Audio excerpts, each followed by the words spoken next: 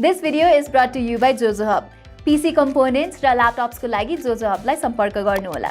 Hi everyone, नमस्ते. आज मसँग छ Xiaomi को Redmi Note 12 सिरिज को तीनवटा स्मार्टफोन जुन चाहिँ ग्लोबली जनवरी 5 मा लन्च हुँदैछ र त्यही टाइममा Note 12 सिरिज चाहिँ इन्डियामा पनि लन्च हुनेवाला छ. र नेपालको कुरा गर्ने हो भने चाहिँ फेब्रुअरी तिर लन्च हुने हल्ला आइरहेछ. अब Xiaomi को Redmi Note सिरिज चाहिँ कति पपुलर छ भनेर त हामीलाई थाहा नै छ. इन्डिया, नेपाल लगायत धेरै एसियन कन्ट्रीजहरुमा चाहिँ यो सिरिज एकदमै भ्याल्यु फर मनी भएकोले धेरै जनाले मन पराउने गर्छ. जे होस् सस्तो प्राइसमा राम्रो स्पेक्स दिने भएर people love it so much के. मलाई याद छ कि Redmi को Note 1 सिरिजदेखि नै these lineups are so value for money भने लास्ट इयर लन्च भएको Note 11 सिरिज र त्यो भन्दा अगाडि आएको Note 10 सिरिज सबै निकै लोकप्रिय थिए.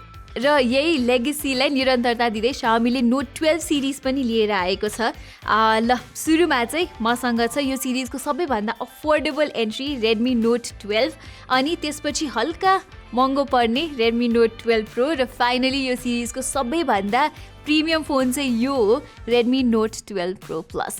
चाइनामा चाहिँ Note 12 डिस्कभरी एडिसन भन्ने पनि छ जसमा चाहिँ 200 वाटको चार्जिङ छ तर त्यो चाहिँ ग्लोबली लन्च हुनेवाला छैन अहिलेको लागि चाहिँ. एनिवेज पहिला चाहिँ के हुन्थ्यो भने Redmi को Note सिरिज चाहिँ बजेट र मिड रेन्ज सेगमेन्टमा मात्रै आउने गर्थ्यो भने लास्ट इयरदेखि चाहिँ Xiaomiले यो सिरिजलाई प्रिमियम मिड रेन्ज सेगमेन्टमा पनि इन्ट्रोड्युस गरेको थियो Pro Plus भेरिएन्ट भनेर.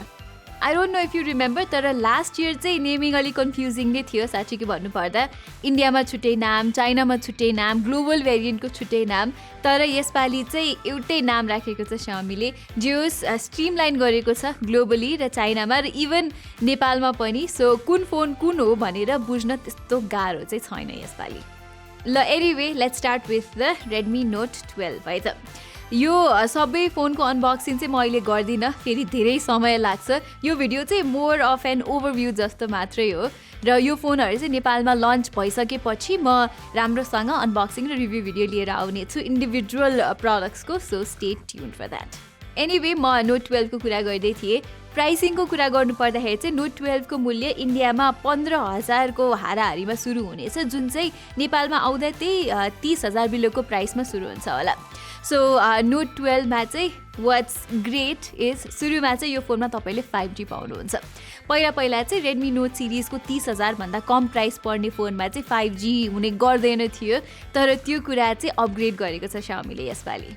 You are getting 5G here with the 6nm based Snapdragon 4 Gen 1 chipset.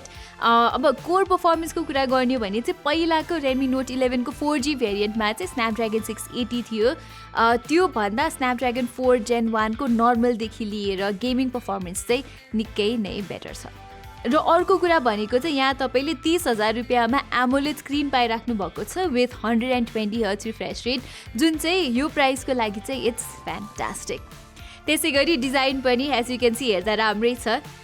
Plastic bag हो हुन चाहिँ तर it looks and feels good र कलर अप्सन्स पनि राम्रो दिएको छ Xiaomiले. क्यामेराको कुरामा पनि तपाईँले यहाँ 48 मेगापिक्सलको प्राइमेरी क्यामेरा पाउनुहुन्छ which is not bad for the price. राम्रै फोटो खिच्छ यसले. त्यसबाहेक Note 12 को ब्याट्री लाइफ राम्रो छ. यहाँ चाहिँ अब 5000 mAh को सेल छ and it comes with 33 watt fast charging. So overall experience चाहिँ राम्रै दिन्छ यो फोनले. कम्प्रोमाइज चाहिँ यहाँ दुईवटा एस्पेक्टमा भएको देखेँ मैले. एउटा त अल्ट्रा वाइड एङ्गल क्यामेरा नै Xiaomiले यसपालि हटाइदिएको छ जुन चाहिँ Note 11, Note 10 र इभन Note 9 मा पनि हुने गर्थ्यो पहिला र त्यसबाहेक यहाँ चाहिँ सिङ्गल स्पिकर मात्रै छ. सो यो दुईवटा एस्पेक्टमा चाहिँ Xiaomi अलिकति चुकेको छ. नेक्स्ट अप Redmi Note 12 भन्दा अलिकति माथिको रेन्जमा चाहिँ Redmi Note 12 Pro छ र तपाईँले थाहा पाउनुपर्ने कुरा चाहिँ Redmi Note 12 Pro र Redmi Note 12 Pro Plus मा त्यति धेरै भिन्नता चाहिँ छैन. डिफरेन्स भनेको चाहिँ जम्मा तीनवटा एस्पेक्टमा छ. स्पेक्स वाइज पहिलो हो design. As you can see अलिकति भिन्न छ Note 12 Pro Plus को डिजाइन चाहिँ. यहाँ चाहिँ तपाईँले यस्तो राउन्डेड कर्नर्सहरू पाउनुहुन्छ भने Note 12 Pro मा चाहिँ यस्तो स्क्वेरी बक्सी टाइपको डिजाइन आउँछ जे होस् लास्ट इयरको Redmi Note 11 Pro को जस्तै डिजाइन आउँछ यसमा चाहिँ. मलाई चाहिँ पर्सनली Pro Plus को डिजाइन चाहिँ बढी मन पर्यो र it feels slightly more premium too. र अर्को डिफरेन्स भनेको चाहिँ क्यामेरामा छ. Note 12 Pro मा चाहिँ तपाईँले 50 मेगापिक्सलको प्राइमेरी क्यामेरा पाउनुहुन्छ भने Note 12 Pro Plus मा 200 मेगापिक्सलको क्यामेरा छ. अनि थर्ड भिन्नता भनेको चाहिँ चार्जिङ स्पिडको एस्पेक्टमा हो। नोट 12 प्रोमा चाहिँ 67 वाट फास्ट चार्जिङ आउँछ भने नोट 12 प्रो प्लसमा चाहिँ 120 वाटको चार्जिङ सपोर्ट आउँछ। एनिवे यसपालिको नोट 12 प्रो सिरिज अर्थात् नोट 12 प्रो र नोट 12 प्रो प्लसमा चाहिँ तपाईँले प्रो फिचर्सहरू पाउनुहुन्छ। जस्तै यो दुवै फोनको क्यामेरामा चाहिँ अप्टिकल इमेज स्टेबिलाइजेसन राखिदिएको छ Xiaomi ले। पहिला चाहिँ यो रेडमी नोट प्रो सिरिजमा कहिले पनि यस्तो फिचर्सहरू आउने गर्दैन थियो।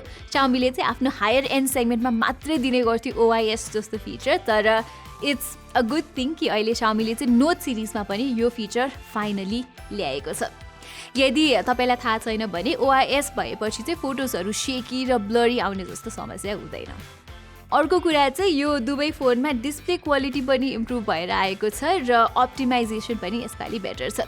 पहिलाको नोट 11 प्रो प्लसमा चाहिँ HDR भिडियो प्लेब्याकमा अलिअलि समस्या थियो भने अहिले चाहिँ त्यस्तो केही पनि इस्युज छैन। डिस्प्ले पनि लुक्स भेरी प्लिजिङ दुवै नोट 12 प्रो र नोट 12 प्रो प्लसमा।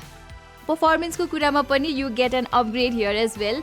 यसपालि चाहिँ Xiaomi ले नोट 12 प्रो र नोट 12 प्रो प्लस दुवैमा MediaTekको Dimensity 1080 5G चिप दिएको छ, जुन चाहिँ हामीले नेपालमा हालसालै लन्च भएको Realme 10 Pro प्लसमा पनि देखेका छौँ। It is a very balance chipset, performance र पावर एफिसिएन्सी दुवैलाई कन्सिडर गर्ने हो भने। एनिवे मैले चाहिँ यो दुवै फोन रफली 4 देखि 5 दिन भयो चलाएको र मेरो इनिसियल टेस्टको नतिजा हेर्दाखेरि चाहिँ 50 मेगापिक्सल भर्सेस 200 मेगापिक्सलमा चाहिँ मैले त्यस्तो ठुलो डिफ्रेन्स चाहिँ केही पनि पाइनँ कि। सो मैले यसो एनालाइज गर्दाखेरि चाहिँ नोट 12 प्रो अलिकति बेटर भ्याल्यु फर मनी लाग्यो मलाई नोट 12 प्रो प्लसको कम्पेरिजनमा।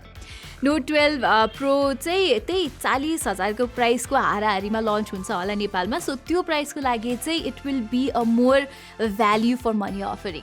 यहाँ चाहिँ तपाईँले राम्रो 120 हर्ट्ज एमोलेड डिस्प्ले पाउनुहुन्छ अनि you are also getting a good design. यहाँ तपाईँले राम्रो पर्फर्मेन्स पाइरहनु भएको छ, एज वेल एज अब 67 वाटको फास्ट चार्जिङ अनि OIS भएको क्यामेरा।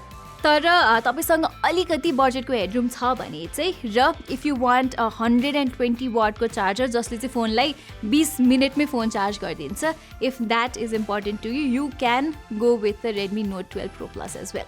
मैले थाहा पाए अनुसार अन द गो टाइपको काम गर्नेहरूको लागि चाहिँ फोन चाँडो चार्ज हुनु चाहिँ निकै इम्पोर्टेन्ट हुँदो रहेछ। सो नोट 12 प्रो प्लसमा चाहिँ तपाईँले त्यो फिचर पाउनुहुन्छ। र नोट 12 प्रो प्लसको अर्को राम्रो एस्पेक्ट भनेको चाहिँ तपाईँ अलिकति धेरै गेम खेल्नुहुन्छ भने नोट 12 प्रोको कम्पेरिजनमा नोट 12 प्रो प्लसमा चाहिँ बेटर थर्मल्सहरू तपाईँले पाउनुहुन्छ। त्यो चाहिँ किन हो भने नोट 12 प्रोमा चाहिँ तपाईँले ग्राफाइट बेस्ड कुलिङ सिस्टम पाउनुहुन्छ भने नोट 12 प्रो प्लसमा चाहिँ भेपर चेम्बर कुलिङ छ, जसले गर्दा नोट 12 प्रो प्लसमा तपाईँले बेटर सस्टेन्ड पर्फर्मेन्स र ओभरअल बेटर कुलिङ पाउन सक्नुहुन्छ। ओके, सो यो भिडियोलाई कन्क्लुड गर्नुपर्दा चाहिँ Xiaomiको यो तीनैवटा फोन चाहिँ निकै राम्रो अफरिङ हो जस्तो लाग्यो मलाई। इन्डियामा त यो फोनहरूको लन्च डेट आइ नै सक्यो। आई होप कि Xiaomi नेपालले पनि यो फोन्सहरू चाँडै नै नेपालमा लन्च गर्छ होला।